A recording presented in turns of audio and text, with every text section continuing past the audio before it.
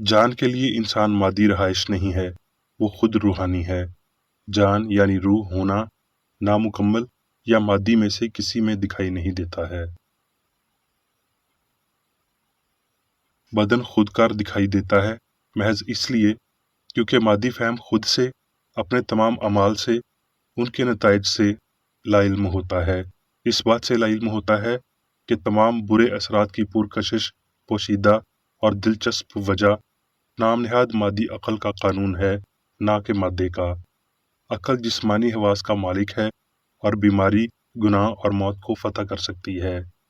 اس خداداد اختیار کی مشق کریں، اپنے بدن کی ملکیت رکھیں اور اس کے احساس اور عمل پر حکمرانی کریں۔ روح کی قوت میں بیدار ہوں اور وہ سب جو بھلائی جیسا نہیں اسے مسترد کر دیں۔ خدا نے انسان کو اس قابل بنایا ہے اور کوئی بھی چیز اس قابل اور قوت کو بگاڑ نہیں سکتی جو الہی طور پر انسان کو عطا کی گئی ہے۔ لامحدود کبھی شروع نہیں ہوا اور نہ یہ کبھی ختم ہوگا۔ عقل اور اس کی اشکال کبھی فنا نہیں ہو سکتے۔ انسان بدی اور اچھائی، خوشی اور دکھ، بیماری اور صحت، زندگی اور موت میں جھولتا ہوا پینڈولم نہیں ہے۔ زندگی اور اس کی لیاقتوں کو کیلنڈروں سے نہیں ناپا جاتا۔ کامل اور لافانی اپنے خالق کی ابدی شبیہ ہیں۔ کسی بھی طرح سے انسان مادی جرثومہ نہیں جو غیر کامل سے فروغ پا رہا اور جو اپنی اصلیت سے بلند روح تک پہنچنے کی کوشش کر رہا ہو۔ ندی اپنے منبع سے اونچی نہیں بہتی۔ شمسی سال کے مطابق عمر کی درازی جوانی چھین لیتی اور عمر کو بدصورتی فراہم کرتی ہے۔ سچائی اور حقیقت کا منور سورج ہستی کے ساتھ وجود رکھتا ہے۔ جوان مردی اس کی ابدی دوپہر ہے جو ڈوبتے سورج سے دھیمی ہوتی جاتی ہے۔ جسمانی اور مادی کی طرح خوبصورتی کا عارضی فہم دھندلا ہو جاتا ہے۔ روشن اور ناقابل تسخیر تعریفوں کے ساتھ روح کے نور کو مسرور فہم پر طلوع ہونا چاہیے۔ خدا تمام چیزوں کو اپنی شبیہ پر بناتا ہے۔ زندگی وجودیت سے، سچ راستی سے، خدا نیکی سے منعکس ہوتا ہے جو خود کی سلامتی اور استقلال عنایت کرتے ہیں۔ انسان اس کی شبیہ پر خلق کیے جانے سے پوری زمین پر خدا کی حاکمیت کی عکاسی کرتا اور ملکیت رکھتا ہے۔ آدمی اور عورت بطور ہمیشہ کے لیے خدا کے ساتھ ابدی اور ہم اثر جلالی خوبی میں لامحدود مادر پدر خدا کی عکاسی کرتے ہیں۔ اب میں میری بیکر ایڈی کی جانب سے چرچ مینول میں دیے گئے روزانہ کے 3 فرائض پڑھوں گا۔ روزمرہ کی دعا۔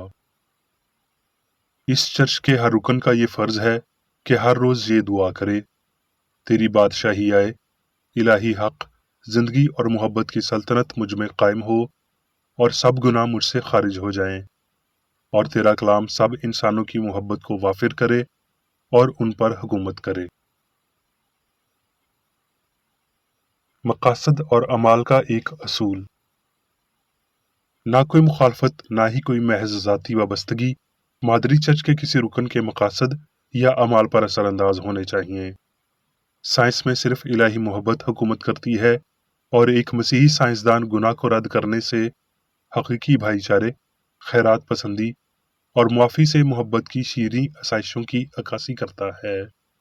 اس چرچ کے تمام اراکین کو سب گناہوں سے، غلط قسم کی پیشن گوئیوں، منصفیوں، مذمتوں، اصلاحوں، غلط تاثرات کو لینے اور غلط متاثر ہونے سے آزاد رہنے کے لیے روزانہ خیال رکھنا چاہیے اور دعا کرنی چاہیے۔ فرض کے لیے چوکسی۔ اس چرچ کے ہر رکن کا یہ فرض ہے کہ وہ ہر روز جارحانہ ذہنی آرا کے خلاف خود کو تیار رکھے اور خدا اور اپنے قائد اور انسانوں کے لیے اپنے فرائض کو نہ کبھی بھولے اور نہ کبھی نظر انداز کرے۔